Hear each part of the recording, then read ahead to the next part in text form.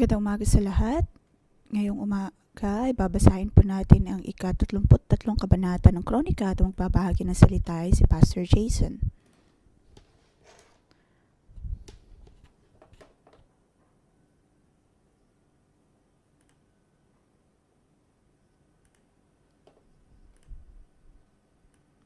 Ngayon mapapansin natin na ang mga Bible School student ay kanila na pong bakasyon kaya mas konti na ang taong dumadalo.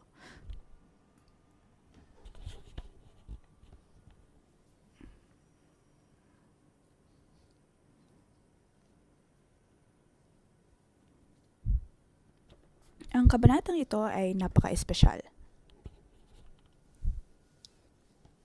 Mayroon pong kakaiba pagdating sa kabanatang ito.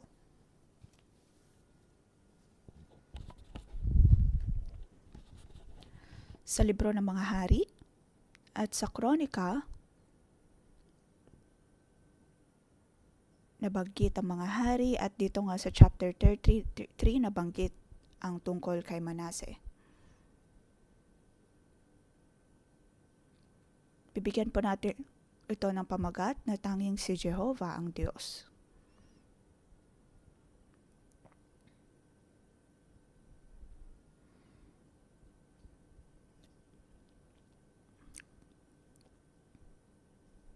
Dito mababasa natin ang mga kataga na nakilala ni Manase ang Diyos.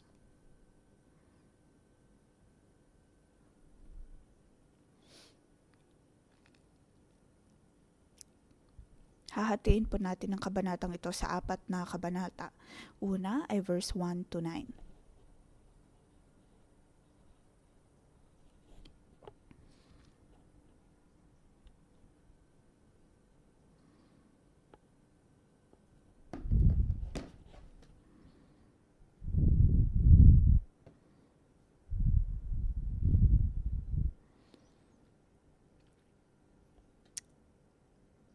Masasabi natin dito na ang pinakamasamang hari ay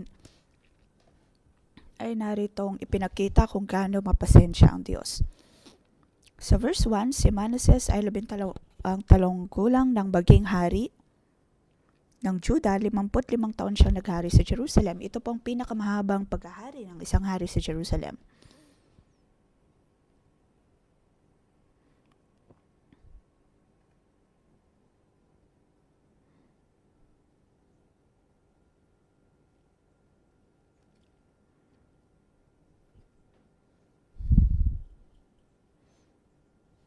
Bilang hari ay nais pong magkaroon ng mahabang paghahari. Ngunit si Manase ang hari na siyang pinakamatagal na naghari. Maaring nagtatanong pa tayo kung naging mabuti ba siyang hari. Kung tutuusin ay hindi po siya mabuting hari dahil isa siya sa pinakamasamang naging hari. Ngunit siya may pinakamahaba pa ring paghahari sa lahat ng mga hari.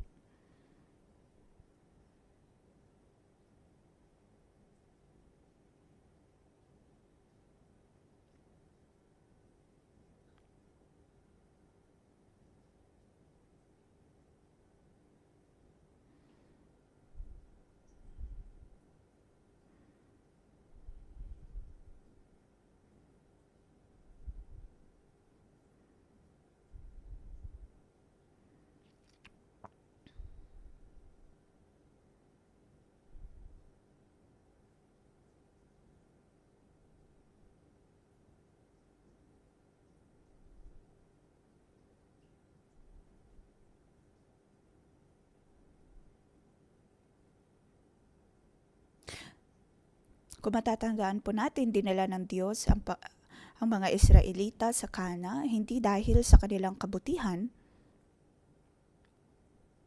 dahil kung tutusin ng mga tao doon ay napakasama.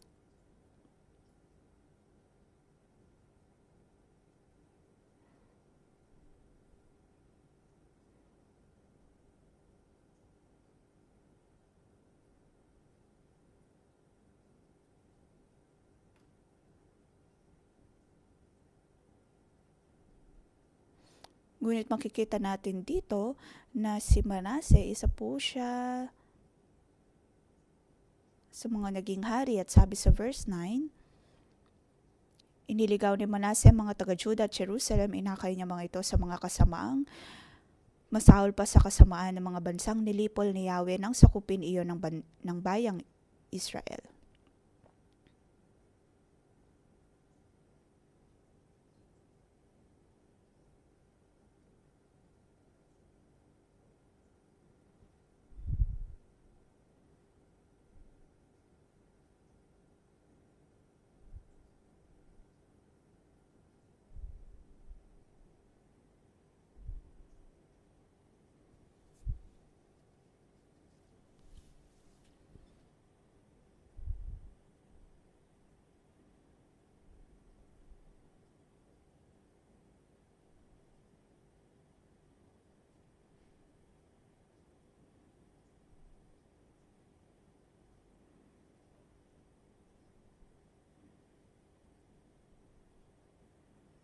Siya ay ibang-iba sa kanyang ama,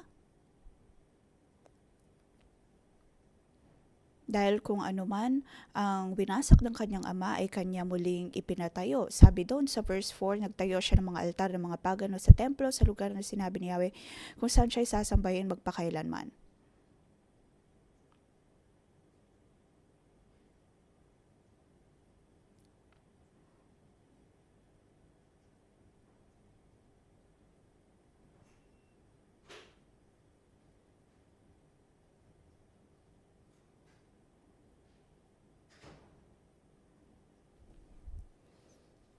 Sa madaming mga nagdaang masamang hari ng Israel, sila ay nagtatayo ng mga altar ng mga pagano sa mga bundok, sa mga matataas na lugar.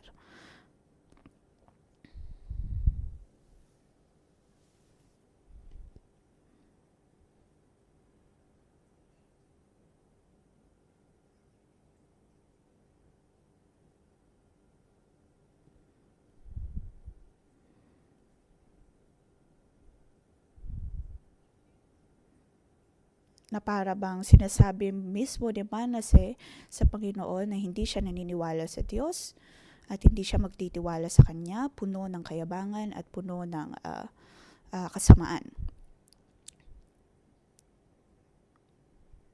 Ito ay pareho sa panahon kung saan ang hari ng Assyria ay inaatake si Hezekiah.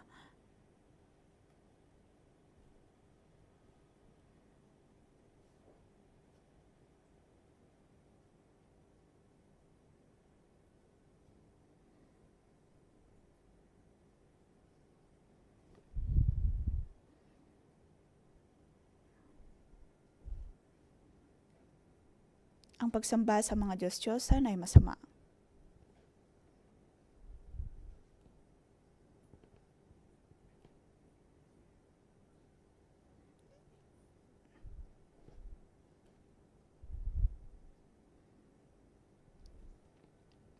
Sa pamamagitan ng kanyang ginawa, na ipapakita po dito ang pasensya na mayroon ng Diyos. Sunod, verse 10 hanggang 17.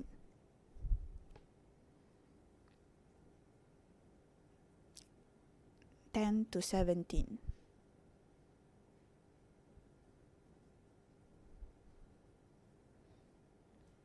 Ngunit verse 11 hanggang 19,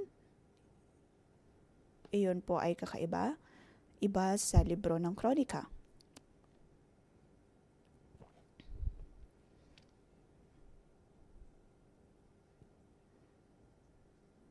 Hindi po ito naisulat sa iba pang mga libro dahil nais ipahayag ng manunulat ang espiritual na kahalagahan o ibig sabihin po nito.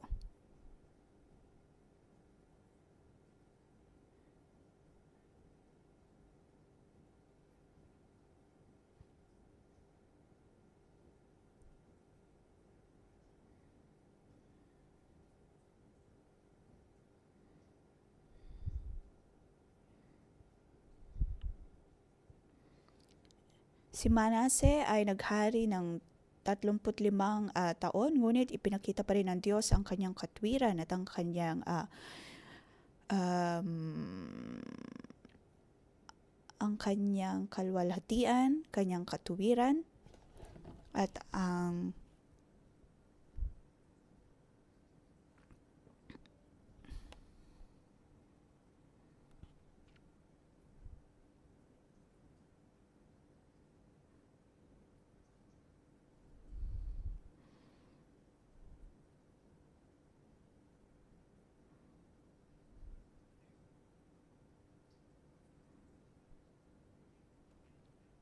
mababasa po natin dito ang ginawa ng mga Babylonia kung saan sila ay ikinedena at tinalang bihag. Mula Jerusalem hanggang Babylon. Para bang sinasabi kay Manase na para silang mga hayop. Alam nila kung ano ang nangyari sa kanilang ama.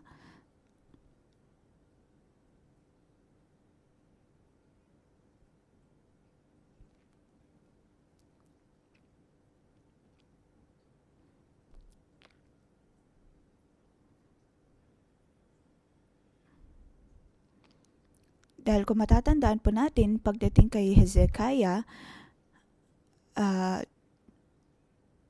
o kaya sa iba pang mga hari nang humarap sila sa kanilang mga kalaban, natuto silang manumbalik sa Diyos. Ngunit pagdating kay Manase, narito na naman ang pagkakadena at pagdadalang bihag sa kanila na para ba silang mga hayop.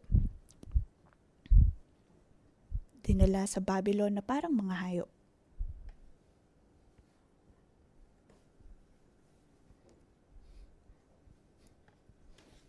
Ang talatang ito nang isinulat ng manunulat ay hindi lamang po tungkol sa husga o kaya parusa ng Diyos.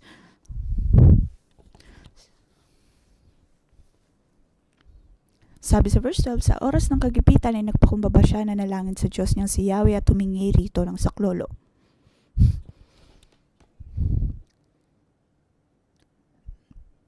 Tingin ko, ito ang tema na nais ng manunulat na sabihin sa mga nagbabasa na si Manase ay napakasama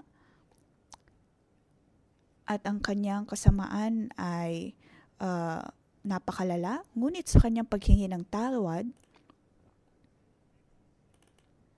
naroon na niligtas siya ng Diyos. Pinakinggan siya ng Diyos. Sa verse 13, pinakinggan ng Diyos ang kanyang panalangin kaya't pinabalik siya sa Jerusalem at muling naghari doon. Noon kinilala ni Manase na si Yahweh ay Diyos.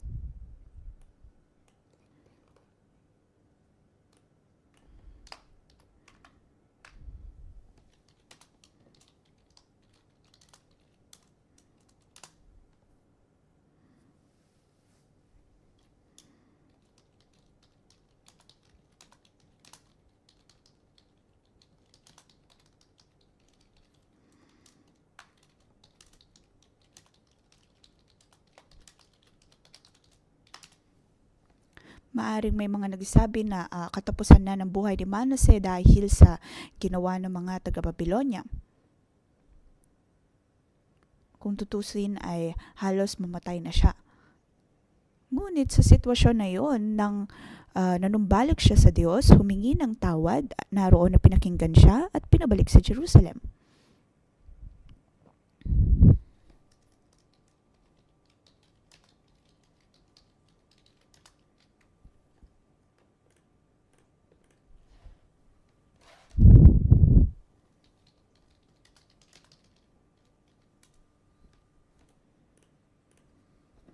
Napakasama nga ng mga hari, sila ay nagkasala sa Diyos at napakarami nilang mga ginawang hindi mabuti.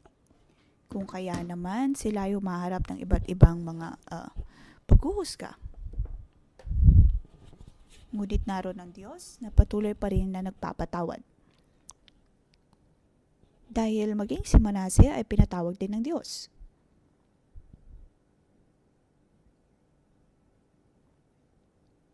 Bandang huli ay kanyang naunawaan ng isang bagay.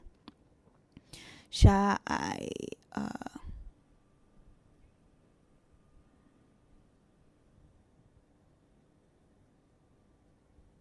isa sa pinakamasama.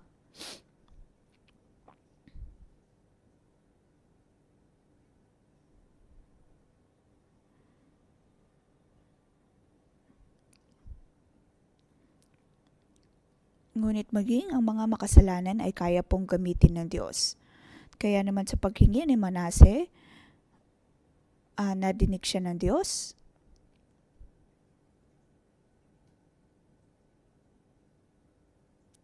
Ito ay pagpapaalala sa atin na kung tayo ay magpapakumbaba, tayo po ay tutulungan ng Diyos.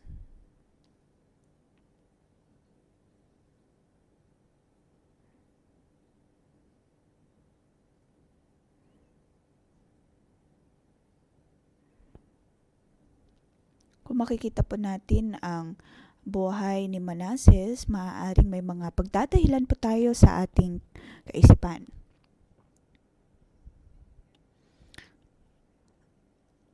At kung tayo ay magkakasala, maaaring mag-iisip tayo na baka hindi na tayo patatawarin ng Diyos. Ngunit nais kong magbigay ng paalala at halimbawa. Halimbawa ay mayroon pong isang pastor na hindi siya naniniwala na mahal siya ng Diyos.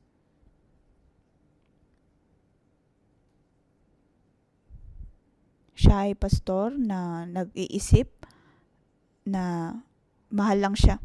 Mahal lang siya ng Diyos dahil sa kanyang paglilingkod. At bandang huli ay nakapatay siya ng isang tao. Pagkatapos, ngunit sa kanyang ginawang iyon,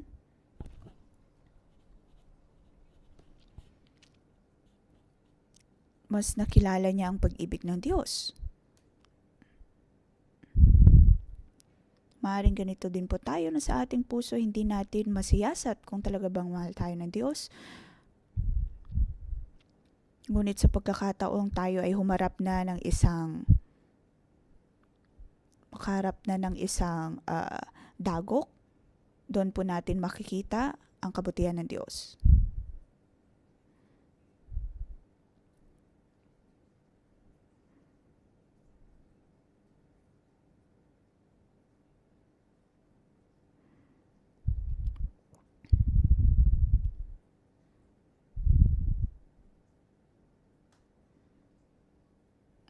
Ang ganitong mga pag-iisip ay napakabaluktot. Dapat po nating sampalatayanan ng isang bagay.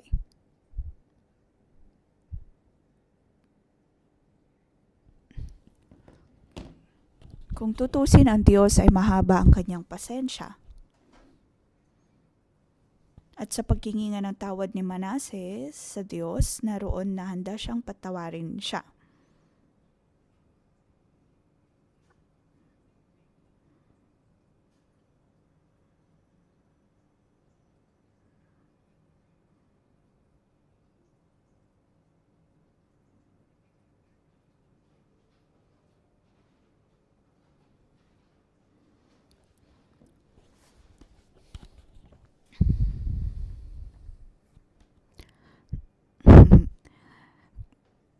Ngunit isa pong pagpapaalala naway hindi rin po natin huwag baliwalain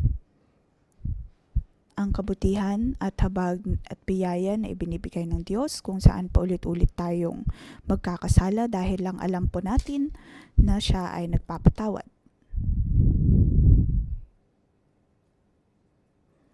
Sa ating patuloy na pagbabasa ng kabanatang ito,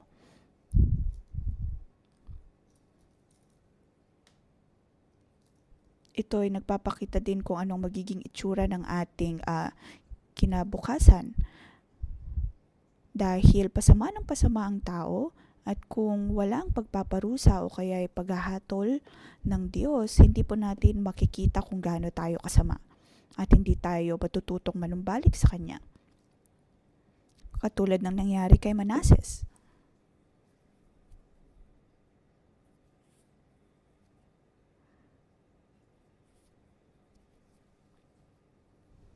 May mga pagkakataon na kung hindi tayo haharap ng dakok sa buhay, para bang hindi natin alam kung paano humingi ng tawad at magsisi sa ating kasalanan.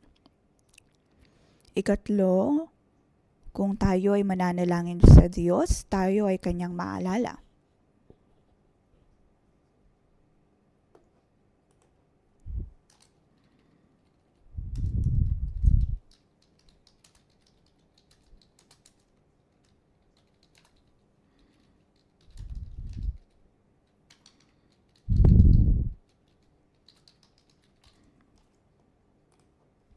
kabanatang ito, ipinikita po ang kahalagahan ng pagpapakumbaba.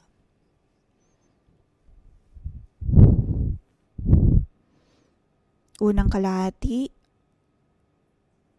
ay nagpapakita ng kayabangan ni Manases, ngunit pagdating sa mga sumunod na mga bersikulo ay ipinakita ang kanyang pagpapakumbaba.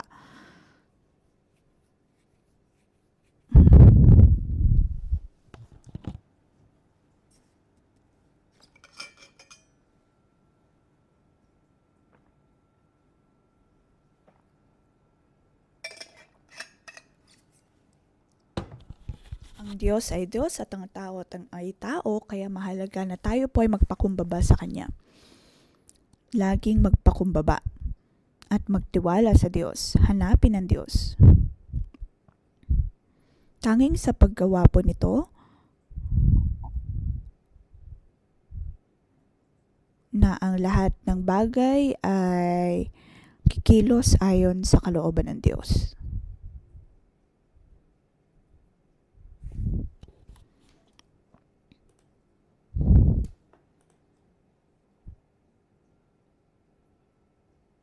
At sa huling talata naman, makikita natin kung saan napanatili ang tipan ng Diyos na kanyang ginawa kay David.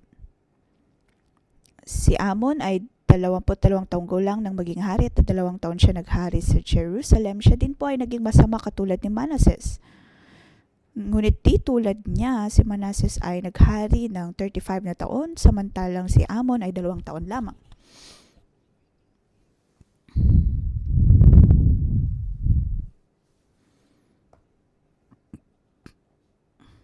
Si Amon ay kakaiba. Siya ay pareho sa kanyang ama na gumawa ng masama. Ngunit alam ng Diyos na hindi siya magsisisi sa kanyang mga kasalanan. At kahit na nang makita niya kung ano ang pinagdaanan ng kanyang ama, ay hindi pa siya humingi ng tawad. Kaya naman sa verse 23, hindi siya humingi ng tawad sa Diyos, di tulad ng ginawa ng kanyang ama.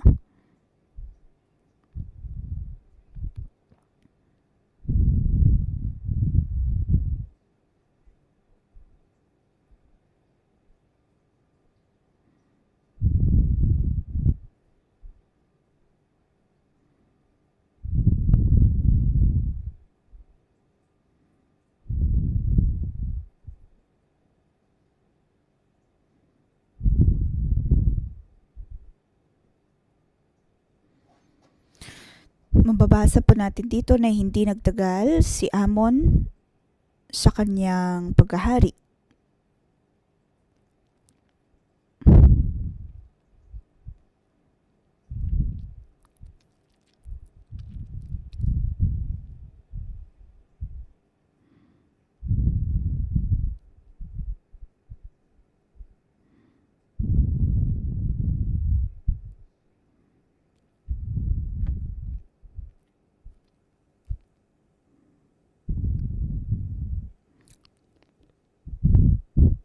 Para sa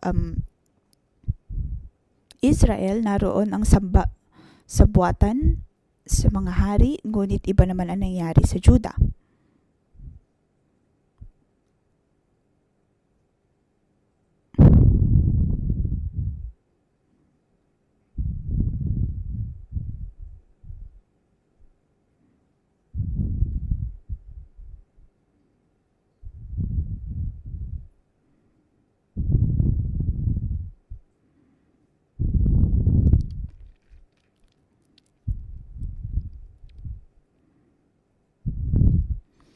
Makikita natin kung paanong ang pangako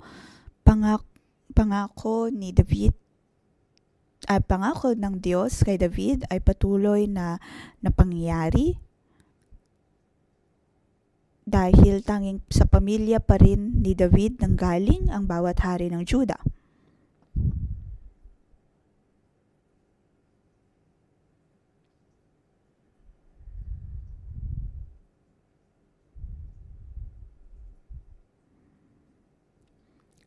Ang Diyos ay makatwiran, ang Diyos ay tapat, at tanging si Yahweh ang Diyos.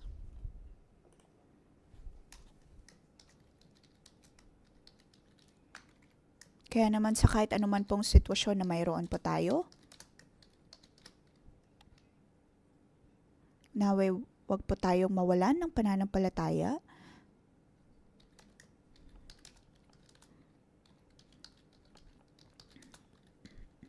Dapat po nating sampalatayanan na kahit sa pinakapangit na sitwasyon na mayroon po tayo, ang Diyos ay naroon na patuloy na nangangalaga sa atin. Siya ay nakatingin sa atin at naghihintay sa ating pagtugon at pagbabalik. Walang mahirap sa Diyos. Dapat po tayong magkaroon ng pananampalataya sa Panginoon.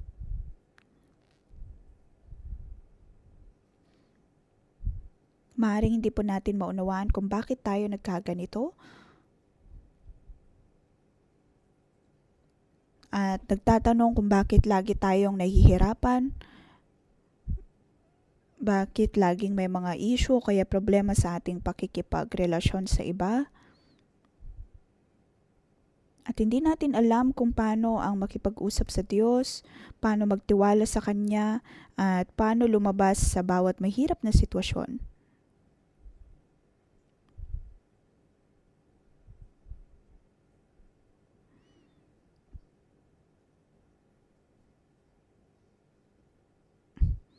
May mga pagkakataon na nagsasabi tayo na hindi na natin kaya, ngunit naway dumulog pa rin tayo sa Panginoon.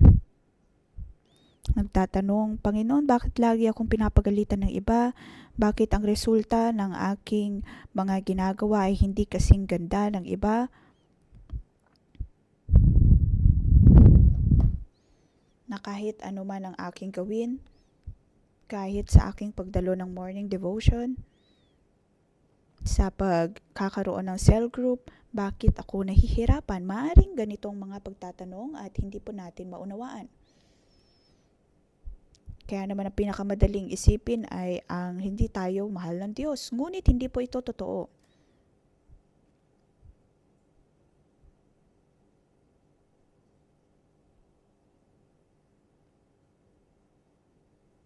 Hindi po ito totoo.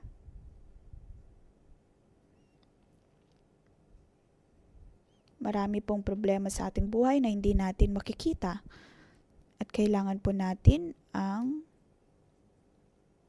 katulungan pa rin ng Diyos, pagtulong ng ating mga asawa, ng ating cell leader,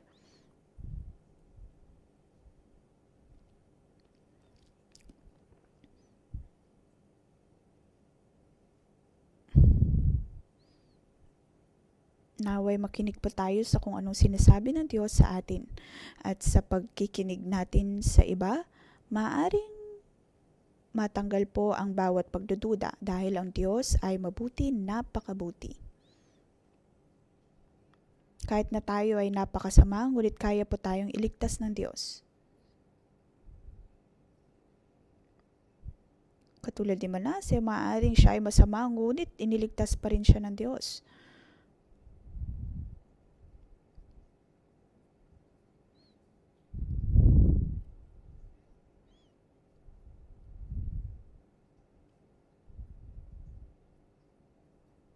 Tayo ay kaya pong gamitin pa rin ng Diyos. Ang Diyos ay buhay na Diyos, naway tulungan niya po tayo.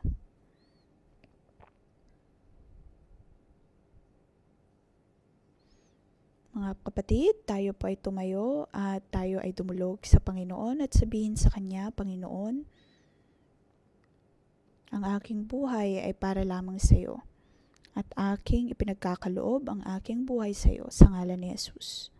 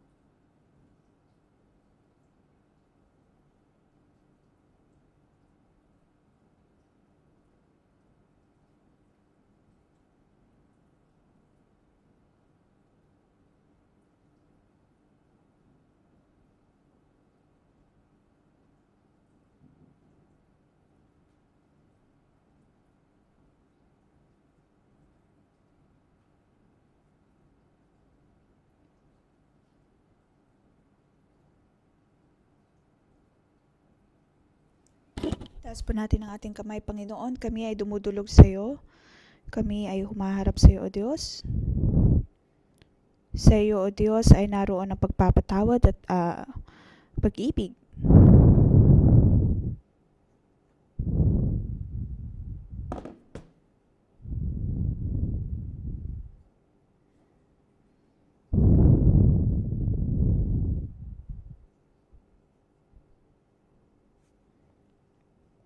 Panginoon, naway baguhin mo kami.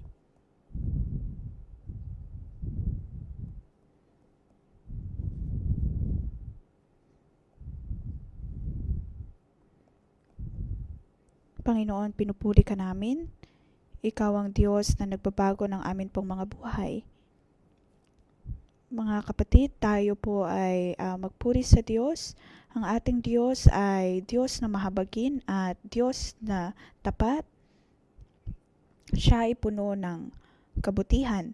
Sa tuwing tayo ay humihingi ng tawad sa Kanya, ang Kanyang pagpapatawad ay atin pong mararanasan. Panginoon, pinupuri ka namin. Pinupuri ka namin, O Diyos. Ikaw ay laging tapat. Pinupuri ka namin, Panginoon. Pinupuri namin ang iyong kabutihan. Panginoon, pinupuri ka namin at pinapasalamatan dahil ikaw ang Diyos na napakatapat sa iyong mga pangako. Ang bawat salita ay puno ng pagpapala, puno na ng pagpapalakas.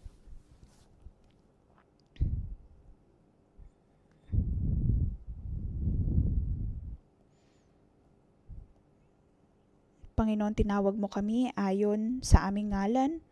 Ang iyong pag-ibig ay napakabuti. Panginoon, pinupuri ka namin at pinapasalamatan. Ikaw ang Diyos na siyang patuloy na nangungusap sa amin.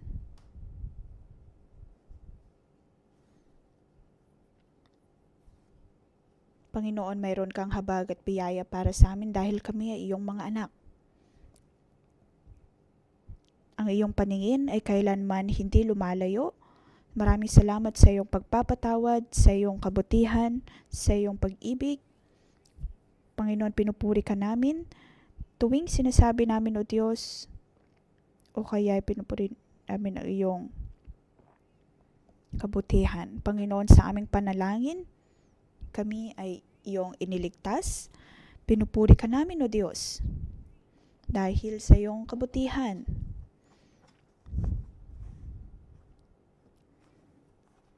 Kung kami man ay kung hindi man po namin kaya, O Diyos, palagi mo kaming sinusuportahan at gumagawa ka pa rin ng mabuti sa aming buhay.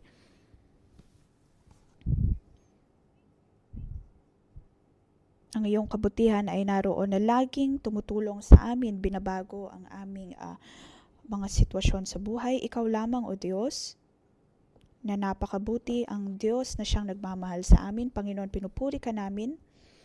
Sa higit naming pagpupuri sa iyo,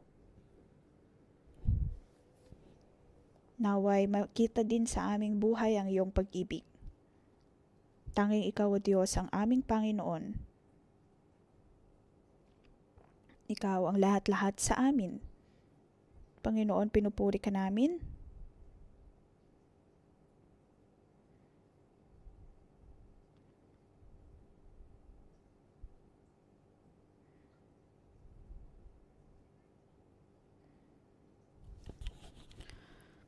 Sabi sa verse 13, pinakinggan ng Diyos ang kanyang panalangin kaya't pinabalik siya sa Jerusalem at muling naghari doon. Noon kinilala ni Manases na si Yahweh ay Diyos. Mga kapatid, atin pong siyasatin ang ating buhay. Anong mga bagay na ginagawa natin na hindi kalugod-lugod sa Diyos? Akala natin hindi na tayo kayang patawarin ng Diyos, ngunit sa pamamagitan ng paghingi ng tawad ni Manases, siya ay pinatawad pa rin ng Diyos. Sa atin pong paghingi ng tawad sa Panginoon, tatanggalin ng Diyos ang bawat bahid ng korupsyon, bawat bahid ng kasamaan. Ang pag-aakala nating napaka-imposible ay posible hanggat tayo ay matututong manumbalik sa Diyos.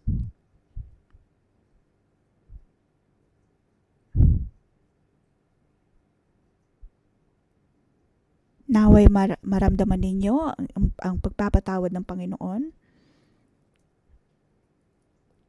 at naway pakasamahan kayo ng Diyos. Banal na Espiritu, ikaw ay aming tinatanggap sa lugar na ito. Sa pagkakataong ito, hayaan mo, O Diyos, na ang bawat kapatiran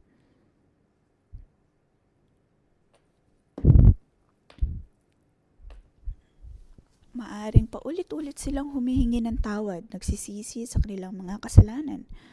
Ngunit naroon, naramdam pa rin nila ang karumihan at gumagawa ng iba't ibang mga bagay. Ginagawa ang iba't ibang mga bagay, pagbabasa ng kanilang Biblia para lamang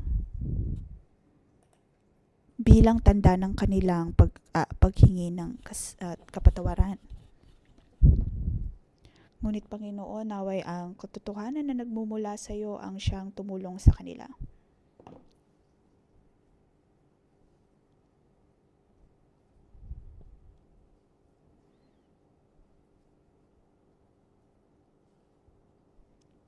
Panginoon, naway matanggal ang akusasyon sa bawat kapatiran. Sinasabi na po ng Diyos na kung atin pong hihingin ng tawad ang ating mga kasalanan, ang Diyos ay tapat at niguradong papatawarin niya ang bawat nating kasalanan.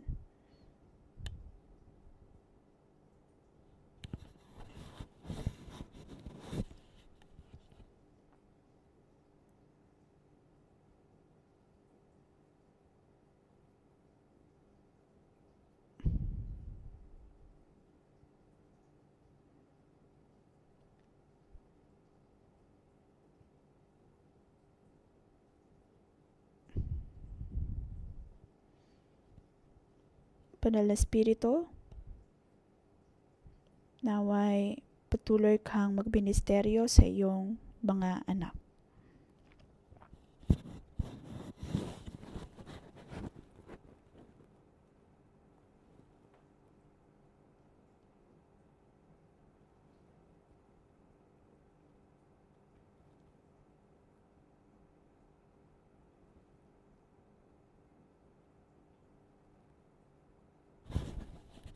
Naririnig ko ang Banal na Espiritu na nangungusap sa atin.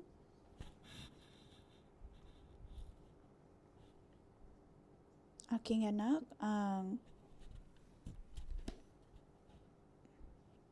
guilt sa iyong puso ay aking nakikita.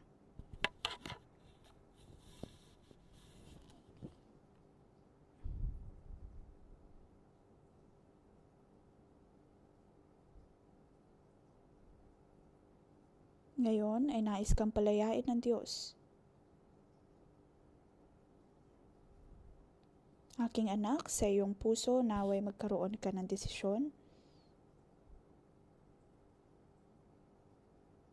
Sabihin mo sa Panginoon, Panginoon, nais kong ipagkaloob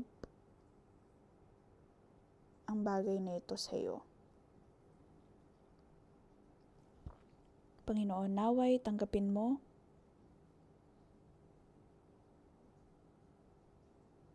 naway tanggapin mo, O Diyos, ang mga bagay na ito.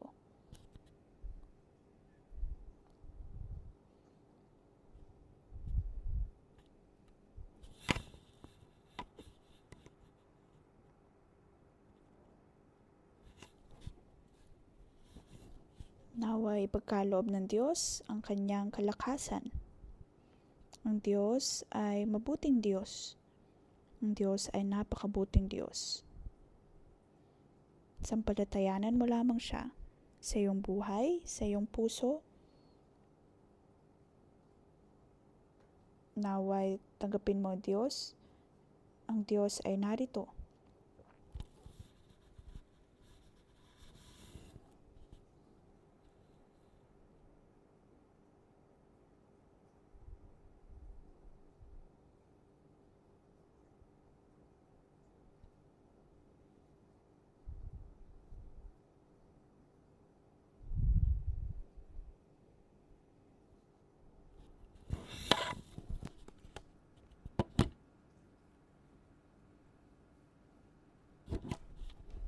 Patuloy po tayong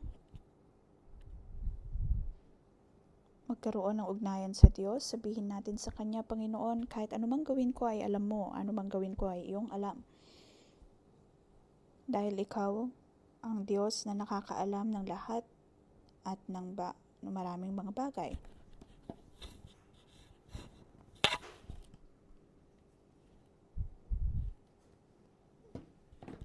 Ipagkaloob po natin sa Diyos ang lahat-lahat, maging ang mga bagay na hindi po natin masabi sa iba. Ang Diyos na may pasensya, ang Diyos na puno ng pag-ibig.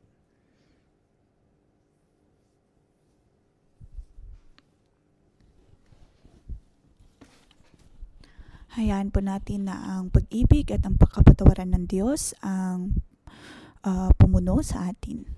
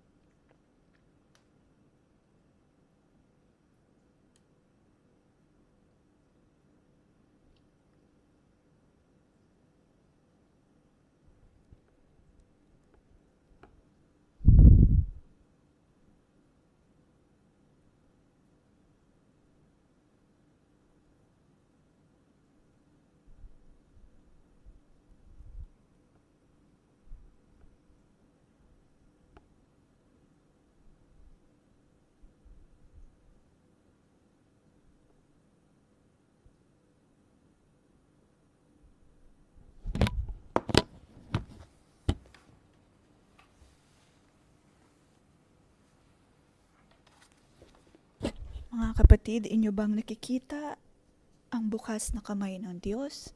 Tinatanggap kayo? Sinasabi niya sa inyo, aking anak, kayo ay aking hinihintay. Hinihintay ko ang iyong pagbabalik at paghingi ng kapatawaran, pagsisisi. Kahit ang mga lugar o mga bagay na hindi ninyo maisuko sa Diyos, narito kong naghihintay sa atin pong paghingi ng tawad, inyong mararanasan ang pag-ibig ng Diyos.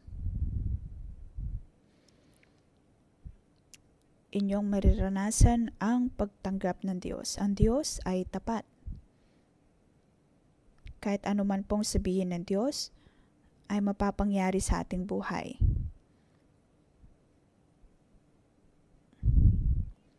Ang Diyos ay naritong naghihintay at ating mararanasan ang kanyang pag-ibig, ang kanyang kabutihan. Mga kapatid, tayo po ay tumayo at panghawakan ang pag-ibig ng Diyos. Maaaring lagi po tayong nag-aalala kung talaga bang mahal tayo ng Diyos, ngunit ang Diyos ay nangungusap po sa atin. Ang Diyos ay narito na nangungusap sa atin. Siya ay tapat. Naway tanggapin po natin ang kabutihan ng Diyos. Tanggapin ang kabutihan ng Diyos. At huwag po natin kailanman sabihin na Panginoon kung talagang ang Diyos ay tunay na tapat at tunay na mahabagin. panghawakan po natin ang pag-ibig ng Diyos. Sabihin po natin sa Diyos, kung hindi natin kaya, Panginoon, tulungan mo ako na maniwala sa iyo. Patuloy na maniwala na ikaw ang Diyos na dakila, ikaw ang Diyos na tapat sa iyong mga pangako.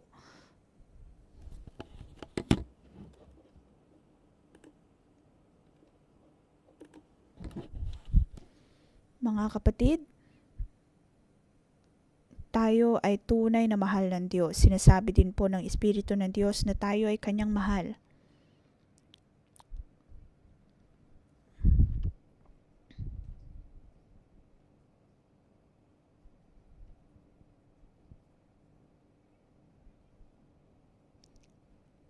Panginoon, naway igawad mo ang iyong pag-ibig sa amin.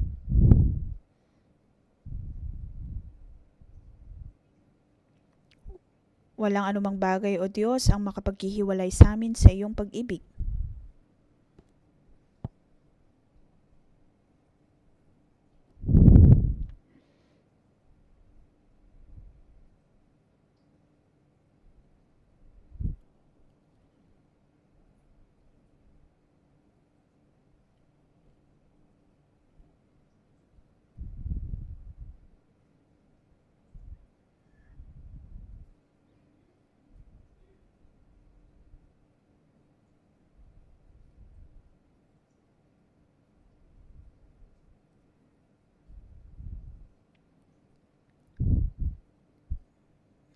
Panginoon, tanggapin mo uli kami.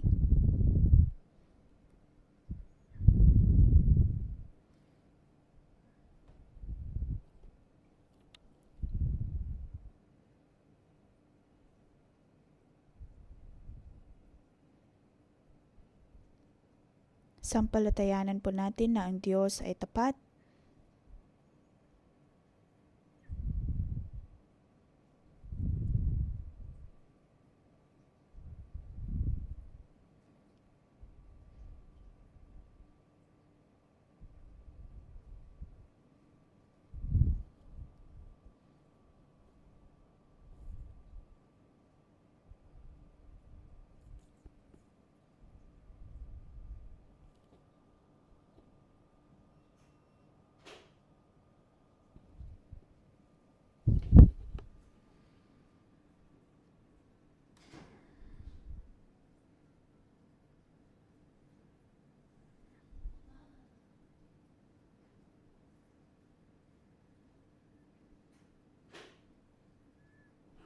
Sabihin po natin sa Diyos,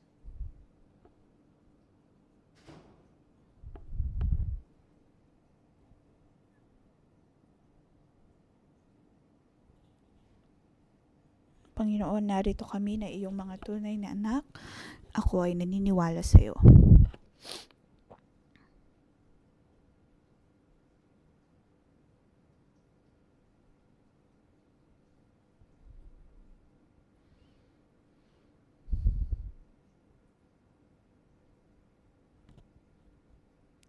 Panginoon, alam mo ang lahat ng laman ng aming puso at bawat sinasambit ng aming mga bibig.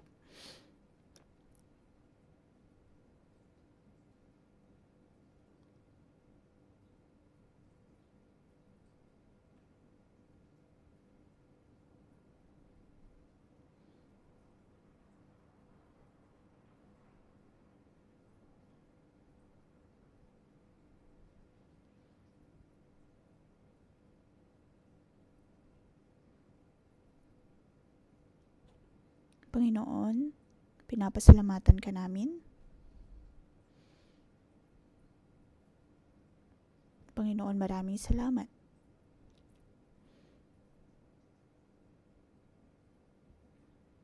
Panginoon, maraming salamat sa iyong pag-ibig na patuloy na bumabalot sa amin. Ngayon, O Diyos, ay natatanggap namin ang iyong pag-ibig. Maaaring noon, O Diyos, ramdam namin na parang hindi kami tanggap.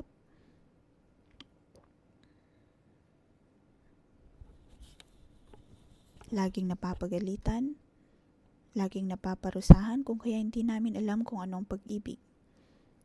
At hindi po namin ito hindi namin maunawaan kung paano kami matatanggap. Ngunit sa pamamagitan ng iyong mga salita, kahit anumang ginawa ni Manase, kahit gaano pa siya kasama, ngunit sa kanyang paghingi ng tawad, nang siya ay humingi ng tawad,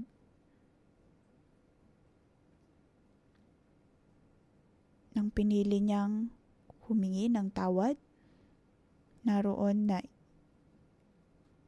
pinagkaloob mo pa rin ang iyong pagtanggap. Ganito mo kami kamahal, O Diyos. Panginoon, naway tulungan mo ang bawat isa sa amin na tanggapin ang iyong walang katulad at walang kondisyong pag-ibig. Sa tuwing kami ay nahuhulog, natitisod, naway manumbalik kami sa iyong pag-ibig. Sa aming paghingi ng tawad, na raranasan namin ang iyong pag-ibig. Panginoon, naway tulungan mo ang bawat isa sa amin. Sabi sa verse 12, sa oras ng kagibitan ay nagpakumbaba siya na nalangin sa Diyos niyang si Yahweh at humingi ng saklolo.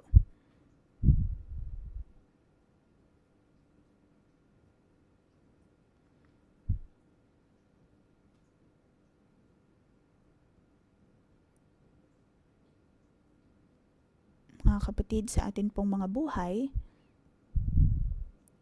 kung tayo po ay nasa dagok din ng ating buhay, ang Diyos ay mahabagin at puno ng pag-ibig, puno ng kabutihan.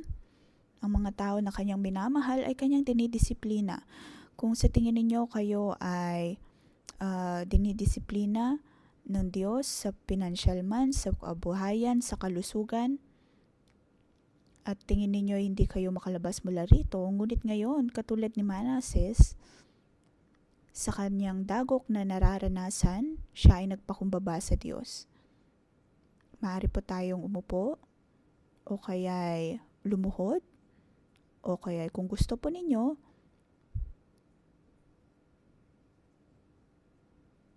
maaari po kayong lumuhod at magpakumbaba sa Diyos.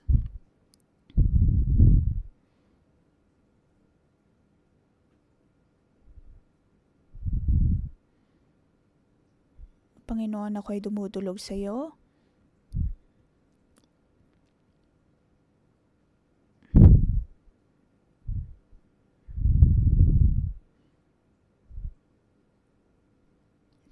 Sabihin po natin sa Diyos, Panginoon, handa akong tanggapin ang iyong pagdidisiplina. Handa akong humingi ng tawad sa iyo.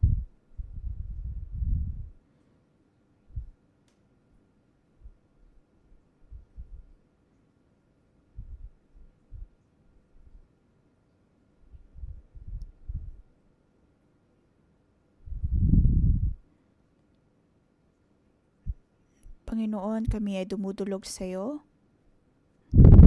Pinakinggan mo ang bawat naming panalangin upang kami ay humingi ng tawag sa iyo.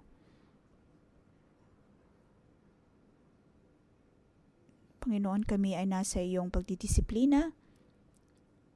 Panginoon, kami ay dumudulog sa iyo.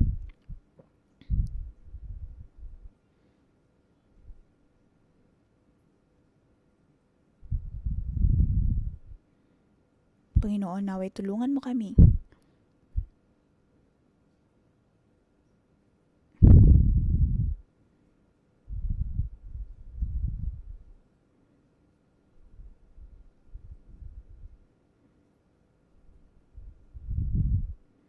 Panginoon, aming inaamin na ikaw ay kailangan namin.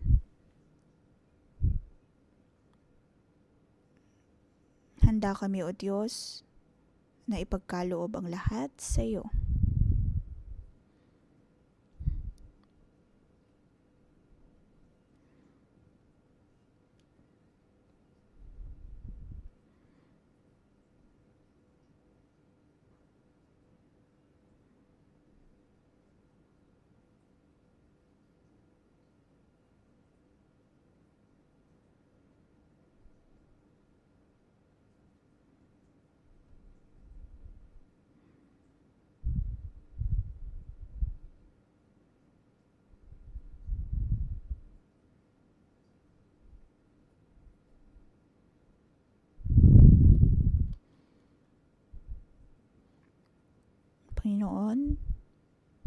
Naririnig mo ang bawat naming panalangin, naririnig mo ang bawat naming sinasabi.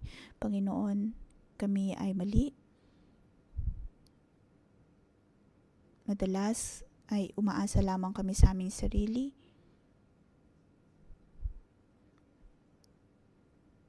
Panginoon, patawarin mo kami. Patawarin mo ang bawat naming kasalanan.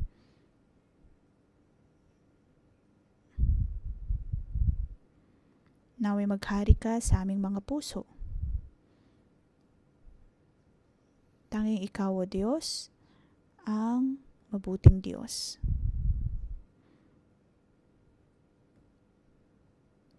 Naway ang aking puso ay manumbalik at muling umayon sa iyo upang ako ay makapagtiwala sa iyo. Akin pong hinihingan ng tawad ang aking mga kasalanan. Panginoon, naway tanggapin mo ko, iligtas sa bawat pagkakasala.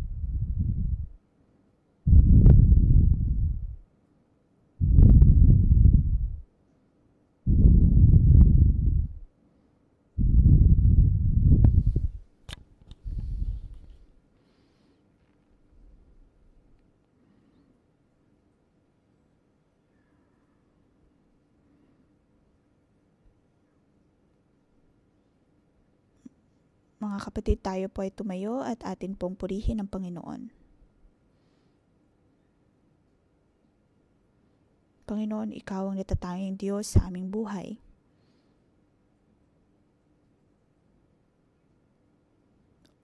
Wala kang katulad. Ikaw ang aming natatanging Diyos. Ikaw ang Diyos ng aking buhay at ng aking pamilya.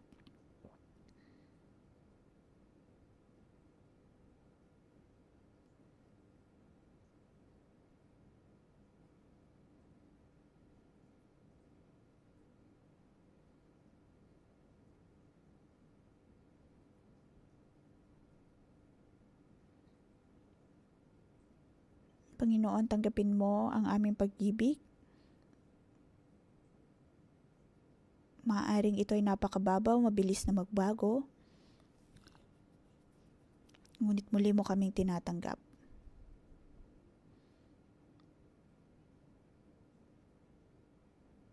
Panginoon, sa iyong pag-ibig ay walang takot.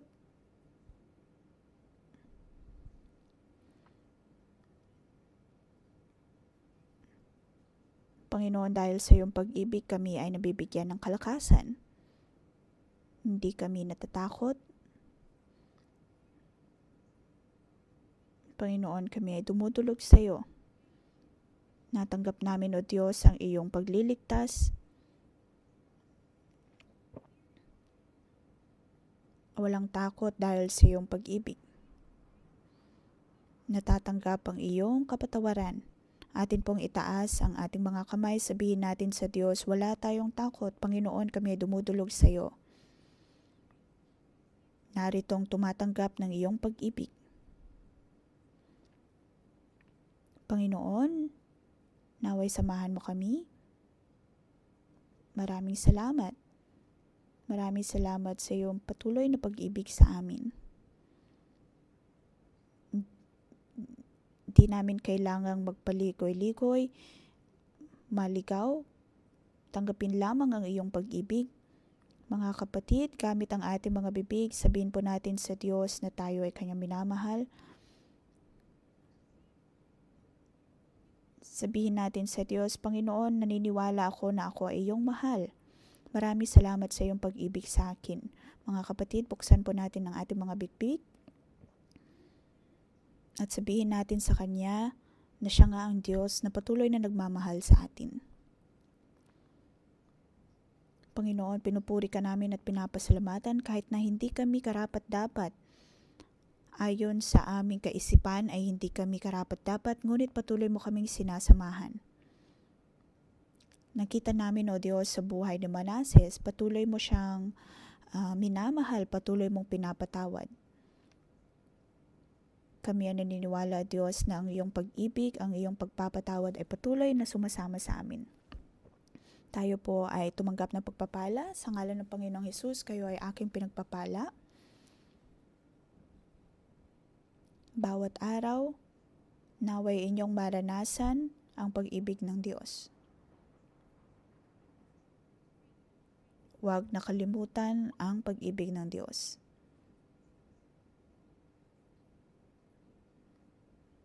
Ang kapangyarihan na humarap ng mga problema, sa ngalan ng Panginoong Hesus, kayo ay aking pinagpapala.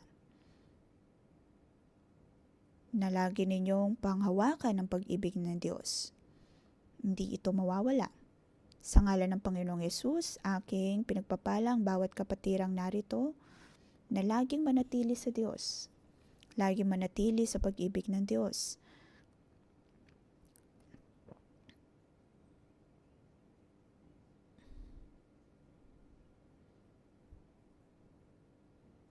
Panginoon, maraming salamat sa iyong pagpapatawad.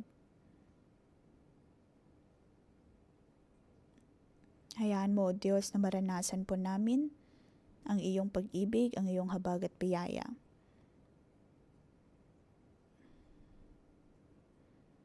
Panginoon, maraming salamat sa pakikinig sa aming panalangin sa ngalan ni Jesus. Amen. Dito po nagtatapos ang ating pangumagang debosyon. Magandang umaga.